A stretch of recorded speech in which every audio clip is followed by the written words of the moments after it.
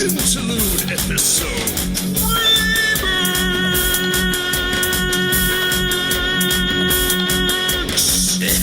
Authors and Dragons. Authors and Dragons.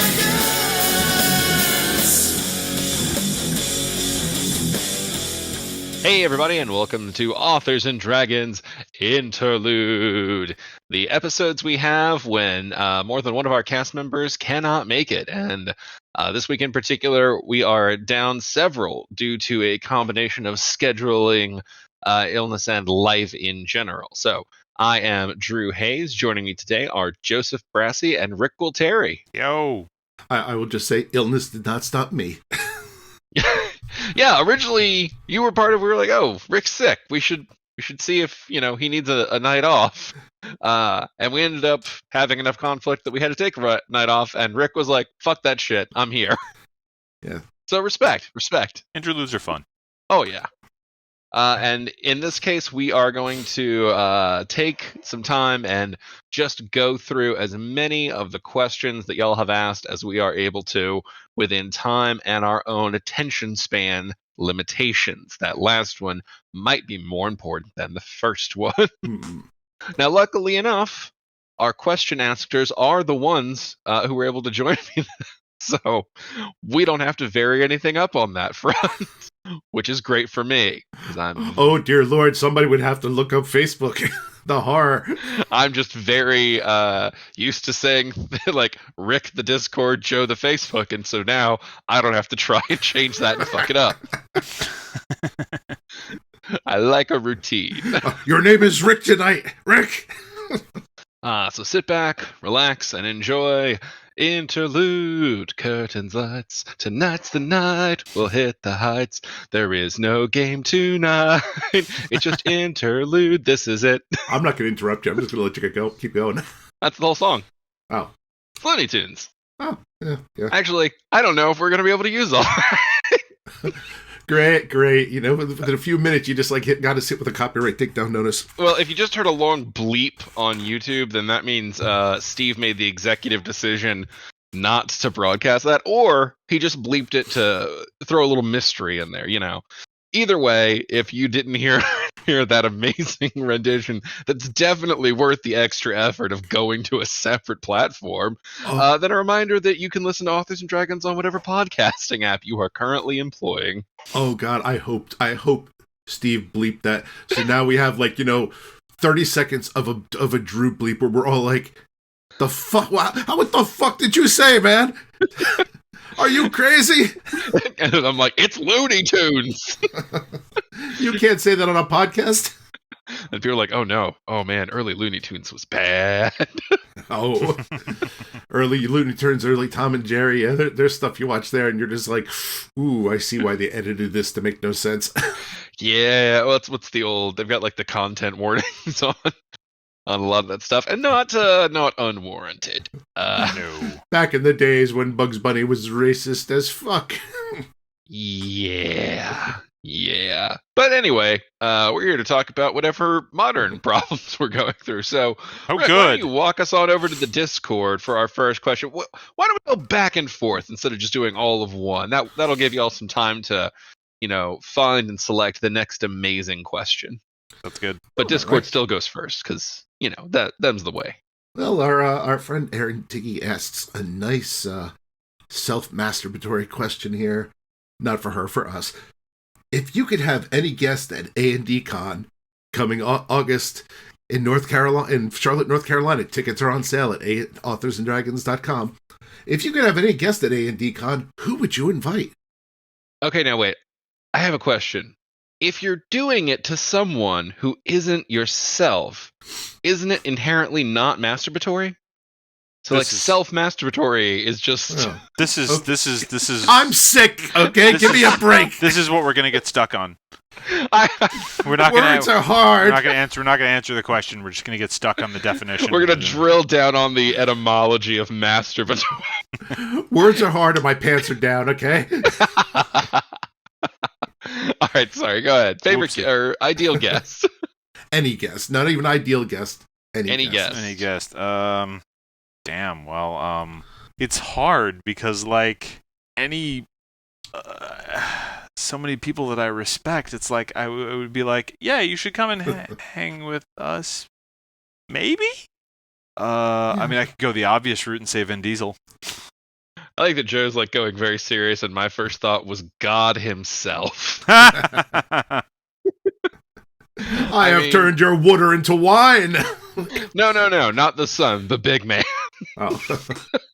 I want full on, like, the ground is burning from the mere presence and raw power. You know, just, you only get one shot of anything wish. Fucking go for the gold. Yeah, I mean, it'd be like a one shot there. Like, you know, the con ends. Everybody's like lying there with their eyes burnt out of their head. And that's how we destroyed our fandom. Just had to expose them to the divine. We can invite God on such great panels as, like, you know, as you know, golden calves, indulgence, or kind of cool. I just love the idea of being like, all right, God, you can do anything. Boom. Play a bard people like. You can't be Jack Black. There's already Jack Black. Oh, 100% are like, you know, there would be a Q&A and, like, you know, our audience would be like, okay, so make a rock so heavy that you can't move it. God's just like, fuck you. Smite. I mean, I feel like he would definitely just conjure that rock directly over that person's head. Or maybe that's what I would do.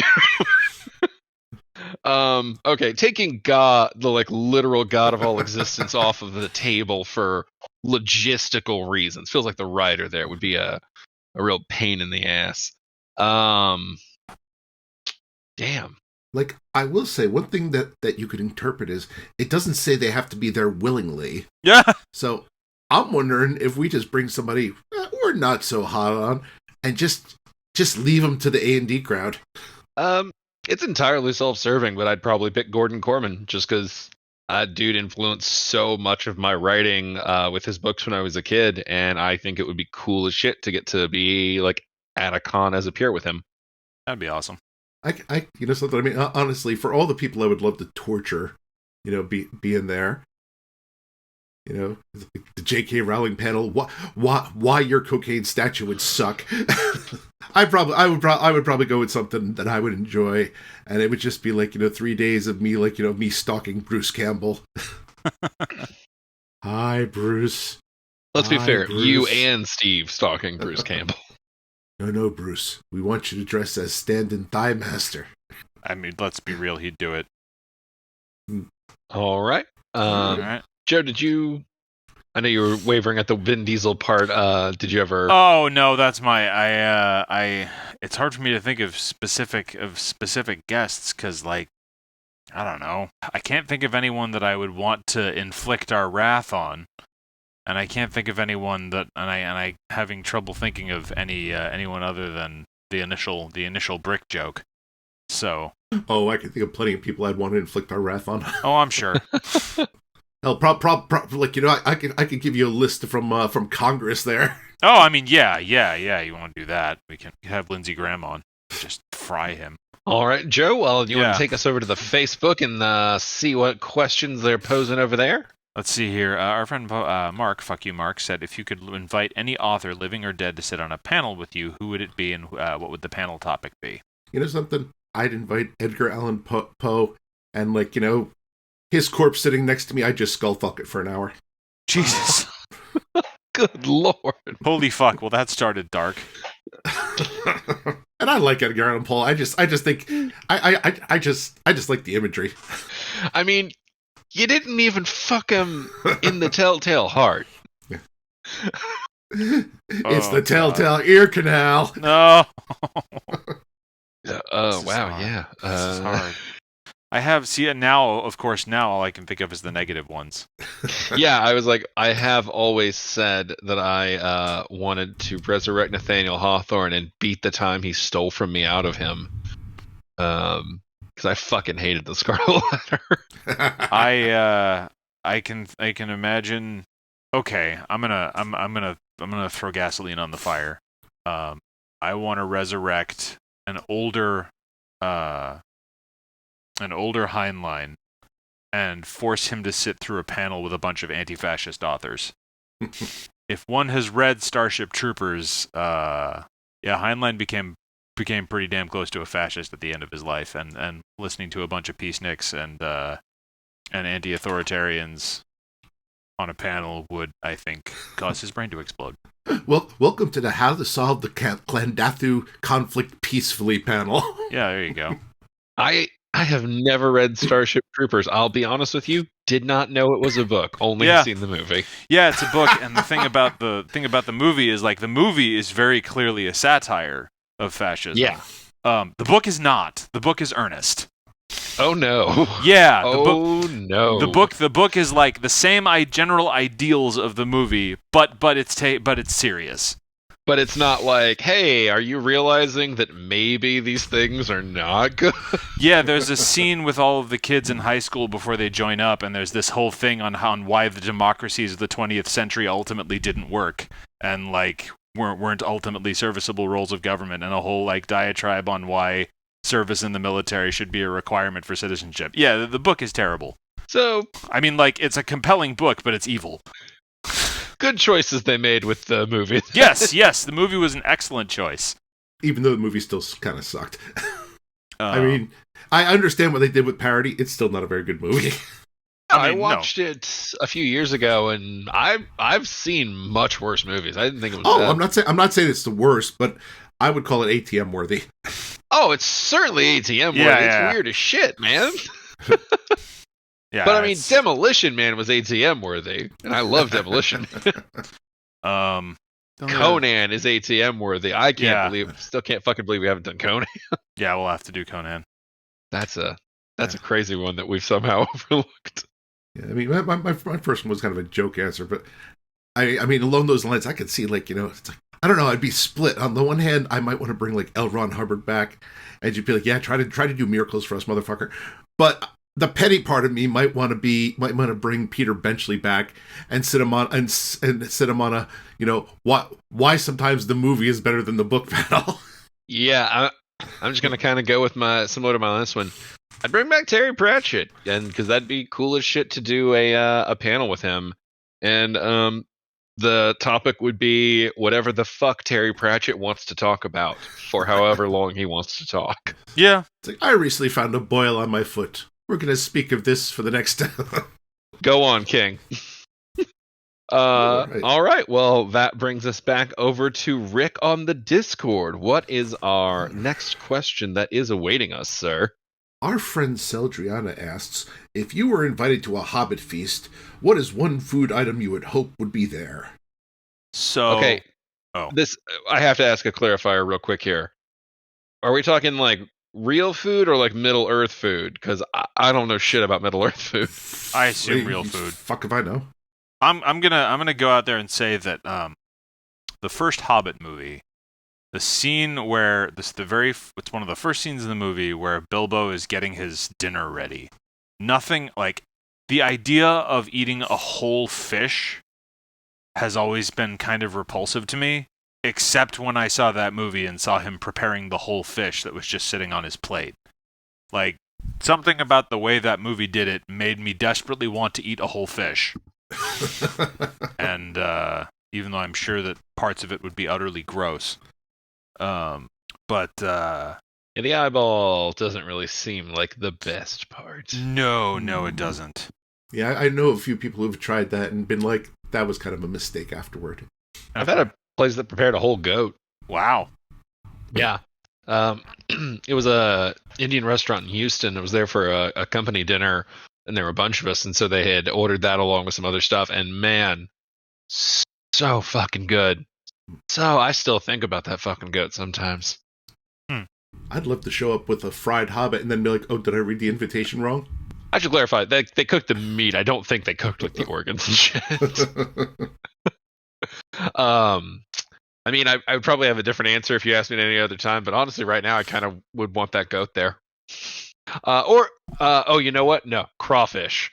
I would want just a shitload of crawfish. I have never. God, I fucking love crawfish. I have never eaten crawfish. I feel like that's something we can easily remedy at A&D Con 2022, seeing as we'll be in South Carolina. And I remember there being a very aquatic, seafoody, Cajun-y themed place like right across the road from it. Does it have outdoor dining?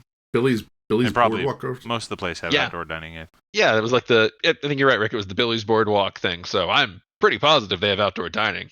Okay, excellent. And if you want to try and see if that place has crawfish, like I half remember from several years ago, be sure to join us at A&D Con 2022 Yeah. in Charlotte, South Carolina, where they may or may not have crawfish at the time. Yeah, I mean, I didn't pay much attention to what the hobbits were eating, other than they were always eating.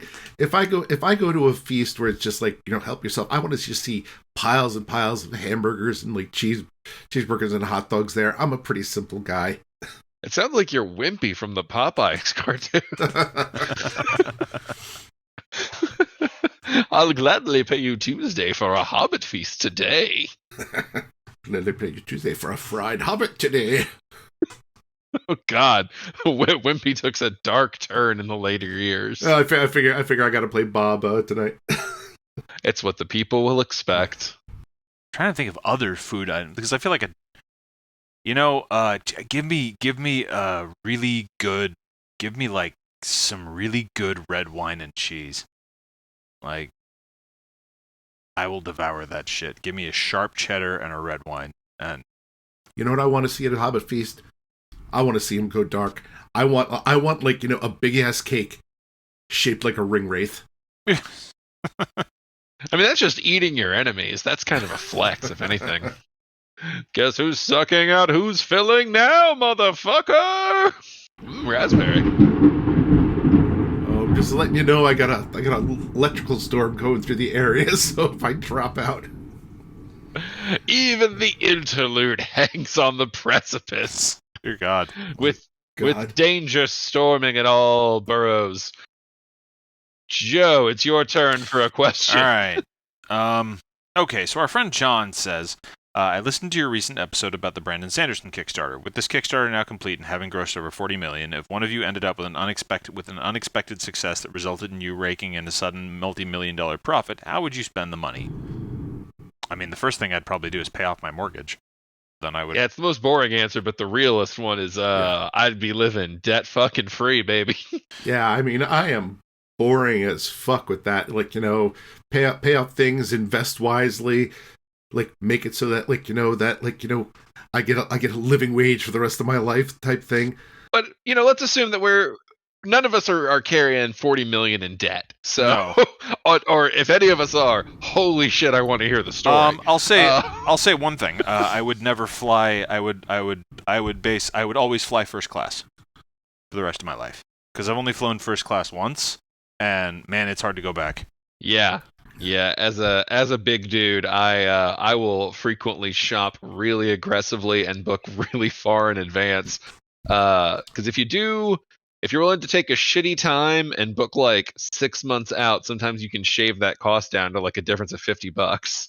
Yeah, But it's not really worth it unless you are my size and on a really long flight. You know what I would get? I mean, once it comes out, I would get myself one of those stupid fucking Cybertrucks, and I would have it painted the most obnoxious fucking color I could find. So it would be me driving down the street in my neon hot pink Cybertruck with Transformer like murals on the side. Oh my God, Rick, you have given me what my waste of money one would be. Robot piloted Tesla demolition derby. Fuck your stupid cars. That would be amazingly fun. Yeah, And just a true autopilot waste of demolition money. derby. I would almost certainly be drowning in medieval weapons and paraphernalia. Like, I'd have a room in my house just for my my violent hobby. But with that money, you could it would be classy. Like they'd Yeah, be yeah. framed or Oh, yeah. mounted and shit. Yeah, absolutely. And honestly, actually, I would probably. There's a couple of things I would do. There's some people I know who are down on their luck that I would probably just straight up give money to.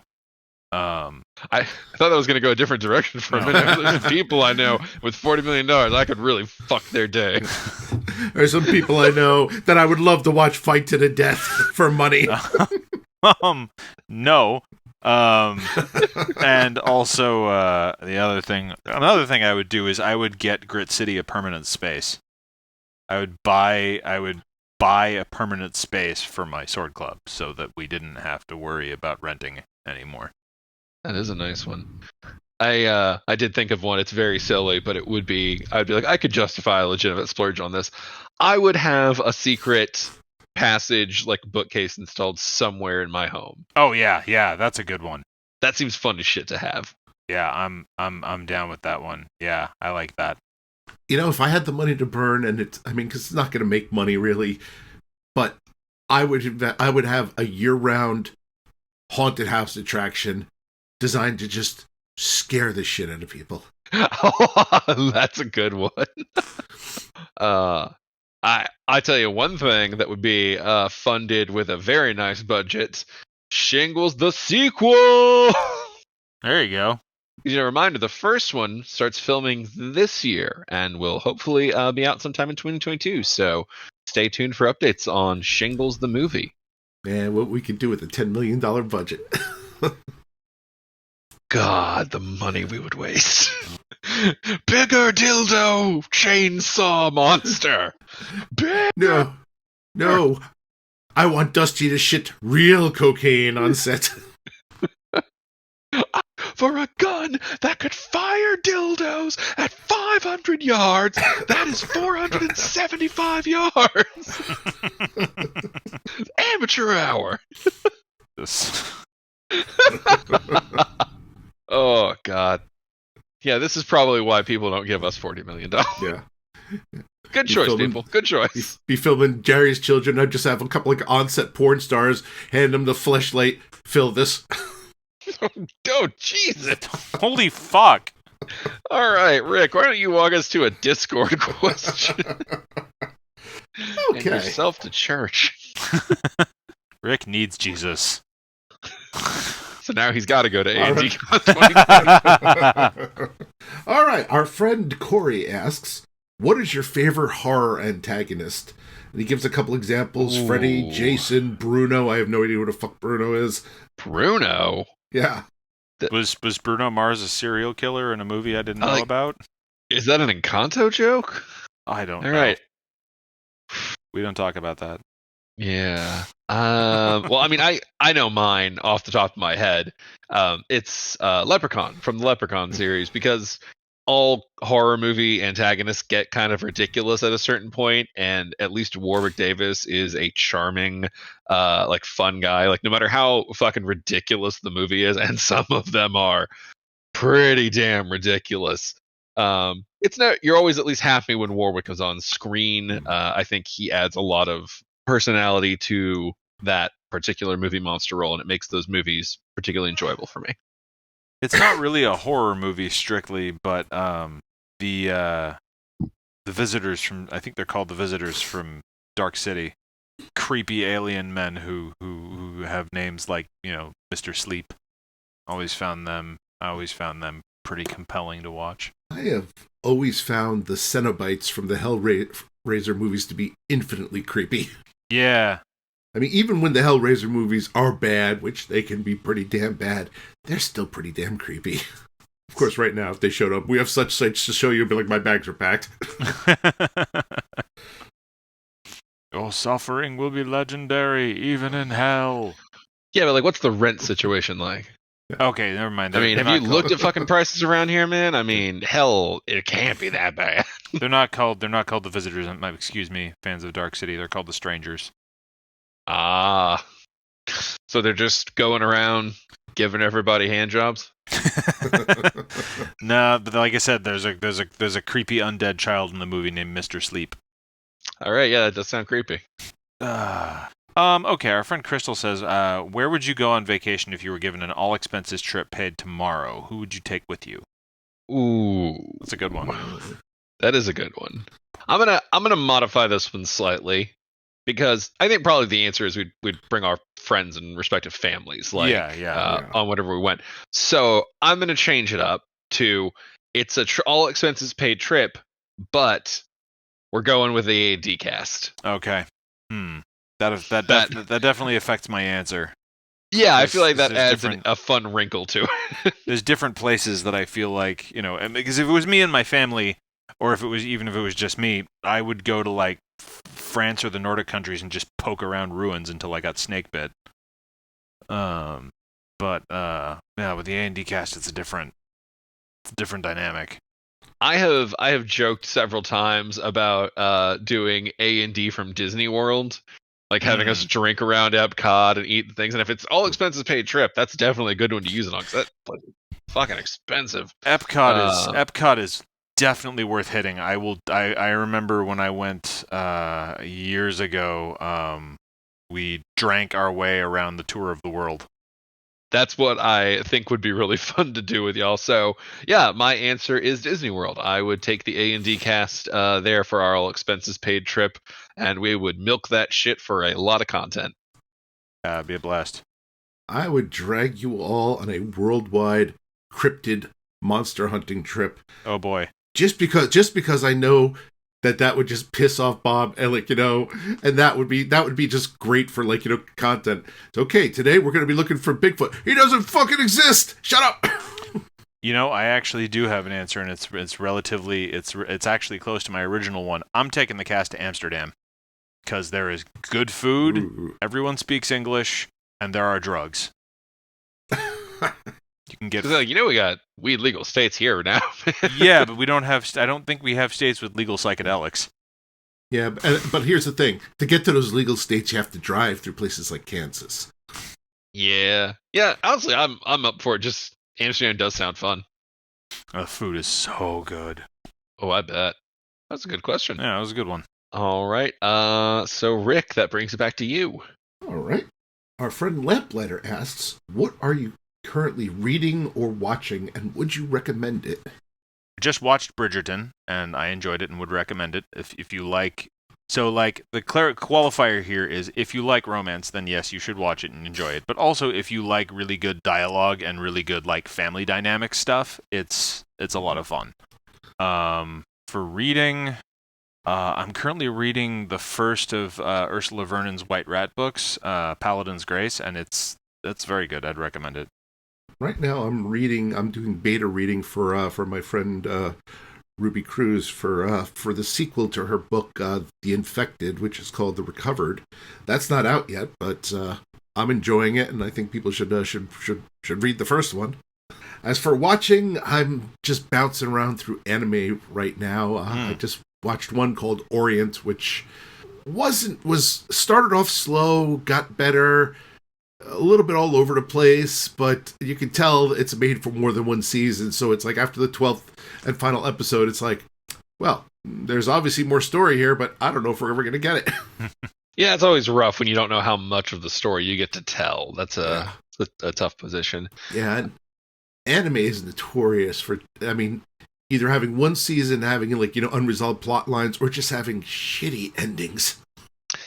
Yeah, I do feel a little bit for that too, though, because so much of it comes from the industry of manga on which it's based. They don't always know if they get to wrap up. I've had one or two some that I follow, and suddenly it's just like, and everything's wrapped up, done, bye. And like the industry, mangaka are like, the industry is notorious for like absolutely chewing up and destroying talent. It's a tough industry. I always it's like. I always feel like all right, you guys get a lot of slack on the amount of story you can invest. Yeah, and I think that that what Rick is actually talking about is why I have a friend who basically I take anime recommendations from because he's like a he's a connoisseur and knows my taste, and so I'm kind of spoiled because I only get anime recommended to me that the person knows I'm gonna love. Oh, I 100% dive in with like Crunchyroll and just be like, this looks interesting, you know. And usually I'll make it through it, but man, sometimes I'll be like 5 minutes in, I'm like, there is no way I want to watch this. Yeah, it's hit and miss. I haven't checked out the new season. I didn't find a lot I liked from the last one, and for watching stuff, I don't have anime. I've been watching the new season of Top Chef, which is obviously no surprise to folks who have followed me for a while. I love that shit. Been checking out Severance on Apple Plus. The oh god, I'm trying to call him by his Parks and Rec name, but his name is not Ben Wyatt. It's Adam Scott. There it is. The Adam Scott led series about like people whose like work lives and home lives are literally like separated. They can't remember the different versions of themselves. Pretty heady and trippy. And then on the other side of the spectrum, I've been watching Is It Cake on Netflix, in which people have to look at objects and guess which one is cake.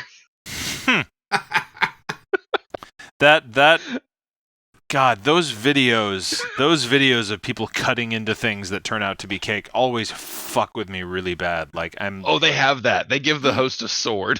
Oh god, Oh it was my a God. real puppy.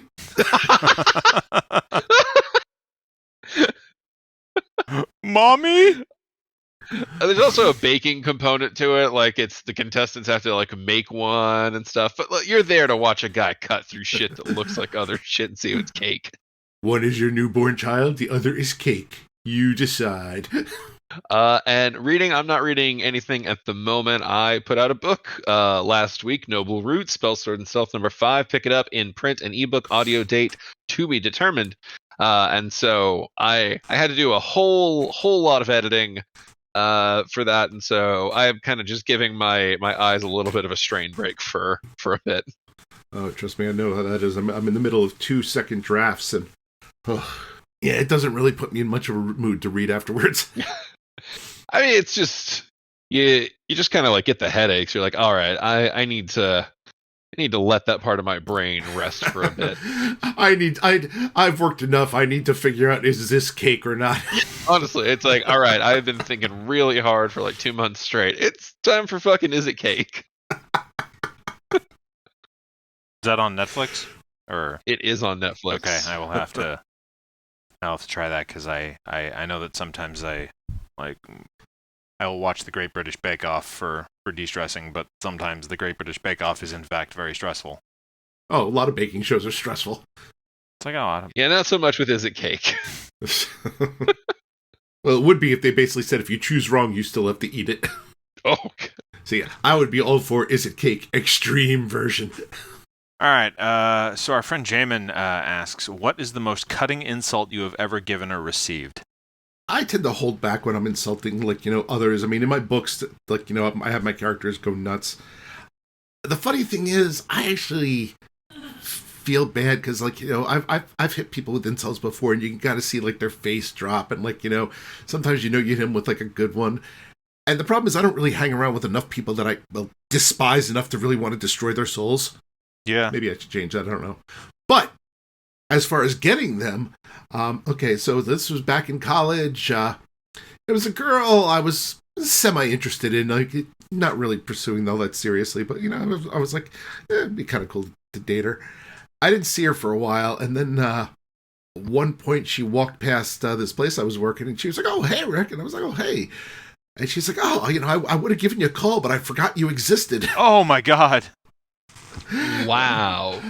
And it was so cutting that I couldn't even shrivel up and die. It was just like, well, damn, that's a pretty sick burn. Respect. You burned me. Like one of those insults is just so good that it kind of fails to destroy you because you're almost kind of impressed by it. Yeah. Okay, I think I've got mine.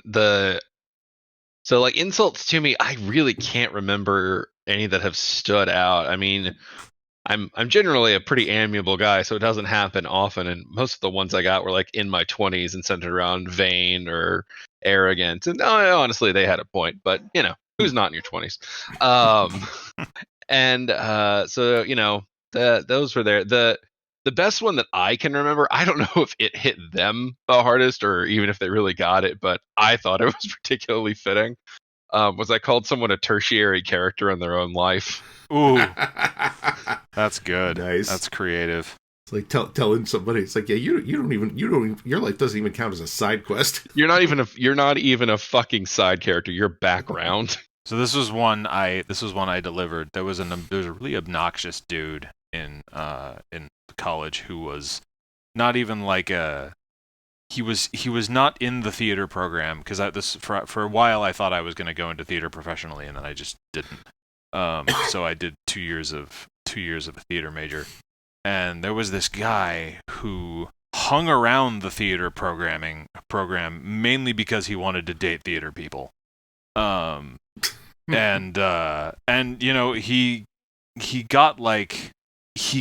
he succeeded enough that he developed there was a kind of a chain of broken hearts behind him, but he was also just super fucking obnoxious. Like, he would show up to rehearsals and just hang out in the background or whatever, and like he wasn't even supposed to be there, but he like pushed it right up to the line without ever actually breaking a rule, so he was never actually thrown out. And I think we were doing something after rehearsal, and he was sort of trying to insert himself into the conversation or into the discussion. And I think I'm trying to remember what I said exactly. I think I said something along the lines of like, "Can it stage dressing?" It was funny at the time. It wasn't really like cutting or anything, but I was playing D&D with my group, and one of the guys was having this weird ass night where like he opened like 3 sodas in a row and each of them exploded on him. and I just turned to him and I was like, "Do you require a less complicated beverage?" I'd be more wondering if somebody pissed off a ghost. Yeah, that's rough too. That's. I don't know you. If a soda explodes on me, the next like 10 sodas I open get like the turned away 3 tap over a sink treatment. Yeah, I know. Same thing. I get that little like, okay, I'm gonna give this the tiniest little like, like crack to let the air out. Yeah, I would become deeply paranoid. It's a reminder that every soda is kind of a gamble. Man, I'm trying to think if I've received any good ones. I don't know. See, a lot of the funny thing is, like, a lot of the insults I remember that hurt the most were in high school, and they hurt because of who they came from and everything, not because they were particularly clever. Yeah, also, like, high school shit, like, you're so far removed from that version of yourself. Yeah, I'm trying to think of times in my life, because again, I didn't tend to receive a lot of them, and a lot of the ones I received because of the people I've historically tangled with have not been particularly clever. Well, you can mull on it, and we'll throw to Rick for the next Discord question. If any come to you, we can always swing back around. Yeah. I was going to say, Joe, I've seen some of the crowd has come after you on like Twitter and stuff, and yeah, they're lucky they can string like 3 words together. Yeah. Oh, God. Okay, you know what? Actually, I'm gonna say I'm gonna throw one out here that was not said by me and that was not said to me. It was something that was recently said by Bevan. when I don't remember what it was in response to, but he was like, my apologies to all of the pedophiles and racists that I've offended in my books. I honestly didn't think you could read. That is a very fucking feminist.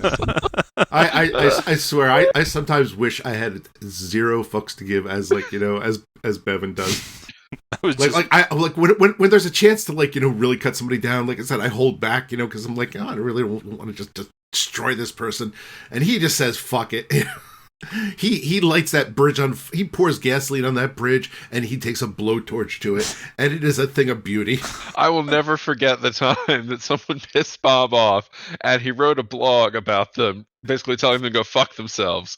And they like copyright struck the blog because there were photos of that guy. Oh damn. They were like publicly available photos. Mm-hmm. Because the guy was also doing like some sort of writing thing. And so Bob's response was to take the photos down and draw recreations of them in which the guy was a giant living cock. In all of the photos, it's just the same thing, except that it's the dude with a literal penis head.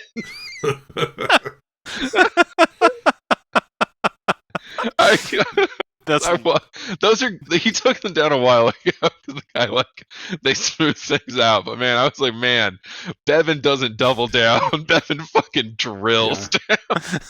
Yeah, when he declares war on you, he's tearing up the Geneva Convention and just going full out. Bob opens with burning bridges and salting her. He's good at it too, man. Yeah, there's This is an admiration recollection. Like he is probably one of the few authors. I see every so often authors try to get clever and they'll post a 1-star review and their response to it, and it's usually more embarrassing than anything. And then you see Bob do it, and it's just like, that's how it should be done.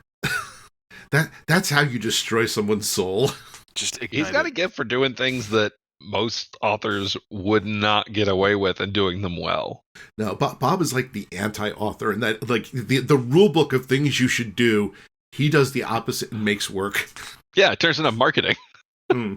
All right. Well, that's enough saying nice things about Bob while he's not around. Yeah, fuck that guy. AKA the only way men can express affection. Rick, bring us another Discord question. All right. Our friend the Axis, or Laxus, I can't tell if that's an L or an I. We'll go with Laxus. Asks, if you could have any superpower, what would it be? Oh, man. I mean, any superpower? I'm going reality warping, because, again, I have a little bit of a god complex. Yeah. But if we're gonna take the Omega shit off the table, the obvious world-breaking stuff, super speed. It's handy in day-to-day life. I fucking hate commuting and travel. And it seems fun. Seems like a very fun power. I'm gonna caveat this. I would like flight, but only if it comes with a degree of invincibility, because I don't want to crash into shit. I don't want to crash. Having flight without having enhanced durability is just asking to paste yourself on the side of a building. Yeah, same for my. I think it's assumed you have the ability to withstand your powers in this situation. Yeah. Like fire powers would suck if you weren't fireproof. Yeah. If not, then my answer is fucking infinite money. I don't know.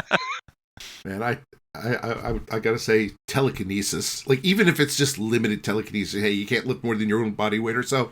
There's so much shit you can do with your mind. Yeah, and a good amount of weight you can haul around. Yeah, even super speed. There are cameras that can catch you and stuff. Me racing into the grocery store, grabbing a Snickers bar and racing out at Mach speed there. But telekinesis. Okay, what the fuck is that grocery store protecting? That they have cameras to catch your ass? I suddenly have a lot of questions about mom and pop supermarket. No, I know there's got to be at least one person in America who's there in charge of grocery store security who takes every tape and purposely slows it down just to make sure nobody with superpowers tried to steal a Snickers. I love that we're what superpower would you like? And it took us 5 seconds before we're thinking about what we would use to commit crimes. Well, yeah. At some point, I really would love for us to play a superhero game, because you think D&D goes off the rails. Holy shit. The last superhero game I played in, we were genuinely trying to play superheroes. This wasn't fuckery. And within 3 games, we were definitely domestic terrorists. Yeah, I mean, think about it. If you had a secret identity, well, who's to say you only had one? Maybe I'm Superman by day, I'd go and I'd stop the bad guys and stuff. And hey, maybe I'm the Punisher at night, with all those guys who I took to the police and just walked out on bail, You know what's funny? I think there was a storyline where Spider-Man was being 6 different heroes because he couldn't be Spider-Man. And so he was just throwing on a bunch of different costumes. No, I'm not Spider-Man. I'm the Gecko. And I just happen to have the same powers. I mean, super strength and jumping around that's a lot of people in the Marvel world. All right, Joe, I believe we had one more on the Facebook. Yeah, you know what? Our friend Melanie asks if you could write an origin story for any villain, who would it be? Problem is, we're kind of in an age where every villain worth telling an origin story about is getting an origin story. Yeah, but it doesn't say you have to write it like, the way anybody else wants it to. That's true. That's true. Yeah, you could maybe take a crack at a villain who you think has a shitty origin story already too. So it doesn't have to be someone who's undefined. That's true. Yeah, that's a puzzler. I'm taking Dr. Doom, and you know something? In my story, Victor Von Doom, he's a smart guy. He's raised privileged, he goes to a good college and stuff. And one day he just realizes, my name is fucking Doom. I'm just going to try to take over the world. That's it. That's his origin story. It's nothing other than, yeah, fuck it, I'm bored. Of course, naturally now I can't think of any villains. I mean, yeah, it's tempting to say like the icons, but I mean, like the biggest ones, such as like Joker, that's the best part of Joker is that he doesn't have a real canon backstory. Yeah, but again, you can fuck with it. Maybe maybe Dr. Octopus is a guy who just, he's just really horny for octopi. Oh, God. I feel like I want to make Bevan do the Condiment King.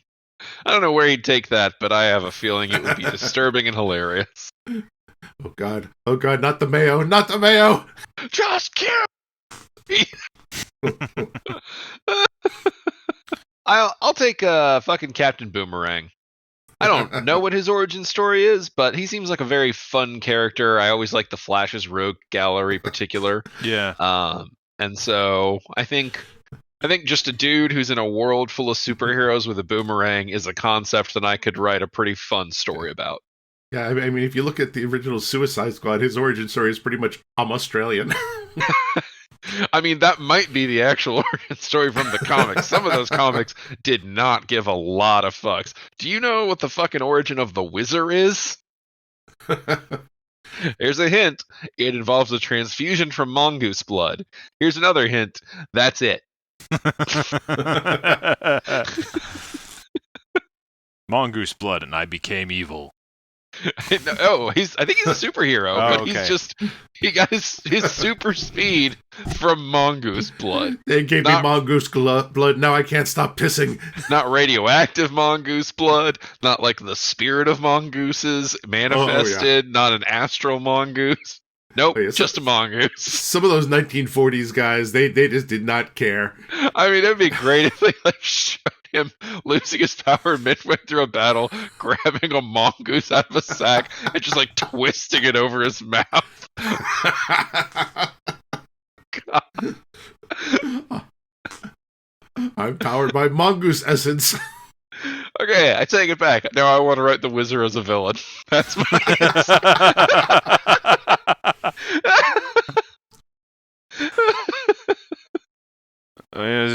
I have. Well, here's a fun twist on it. It's like I've been transfused with mongoose blood, and now I hunger for snakes. Oh God, that's extra funny because there's all manner of reptile people in there. So you just see him talking to some sort of snake monster person, and then the Wizard slams into them at top speed, biting them by the neck.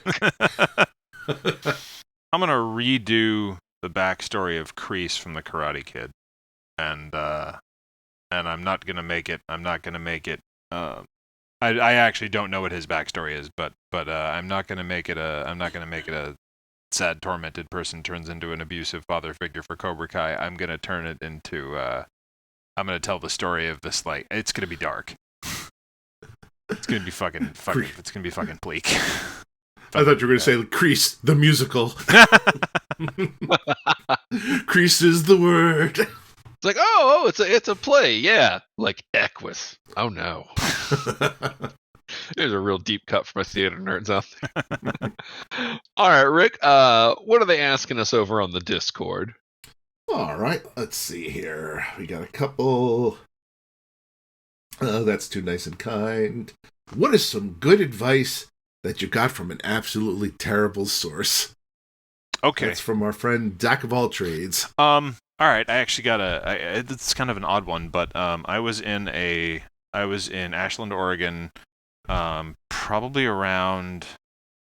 This must have been around 2006, maybe 2006 or 2005, maybe even earlier. Oh fuck, I don't remember when. I was like 17, so it would have been like 2002. I was in a grocery store and I was wandering around, and I wandered into the liquor aisle, and I was just kind of idly staring at wines and stuff with no real intent. And then I just hear this voice to my left start quoting Islamic poetry. It was like quoting the Rubaiyat of Omar Khayyam next to me, and I like look over, and it's this dude who's like a squat-shaped old man with like flock of seagulls haircut and a fanny pack. And we start talking, and for like 5 minutes we talked about alcohol and good life choices. And he had wonderful words to say about like all things in moderation and stuff. That was good for me to hear as a teenager. And he was just this complete fucking weirdo. And I never saw him again. I think I might have told this story, but one of the few times I went camping, ran into this nice elderly couple, and they were talking about how, like, the good advice there. They were like, yeah, when we got older, we just sold our stuff and we got like an RV, and now we travel from like, from like town to town and like, park to park. And I was like, oh, that's so nice. And then they started going off and like, because we're training, like, for when the new world order, like, takes over and the U.S. government unleashes headhunters door to door. And it just started getting weirder and weirder and weirder until like I finally looked back and I realized the two friends I were there with had ditched me to get away from these people, and I was stuck with them. So it was sweet that they were like spending their golden years together, just a little fucked up what they were planning for. I think I've talked about this on the podcast as well, but it's not advice per se, but it did really affect my life, and it was from a very weird source. Bad source. There was a movie called The Goods Live Hard, Sell Hard, with Jeremy Piven as the lead, and had a Will Ferrell cameo, Catherine Hahn's in it, but not a good movie overall. It's a pretty shitty mid-tier comedy that you watch, when you're drinking, because that's when those are good movies. But in the movie, they quote, I want to say it's Emerson, but honestly, I don't fucking know, and it really isn't relevant to the story. The mass of men lead lives of quiet desperation. Is that the row? Again, doesn't fucking matter. Like, I know that's from an actual poet and stuff, but I got it through The Goods Live Hard, Sell Hard, and that was just particularly relevant to me at that point in my life because I was at a job I did not like. I was kind of just trying to convince myself that I could power through that. And hearing that and realizing like, oh yeah, that is exactly what I'm living, a life of quiet desperation.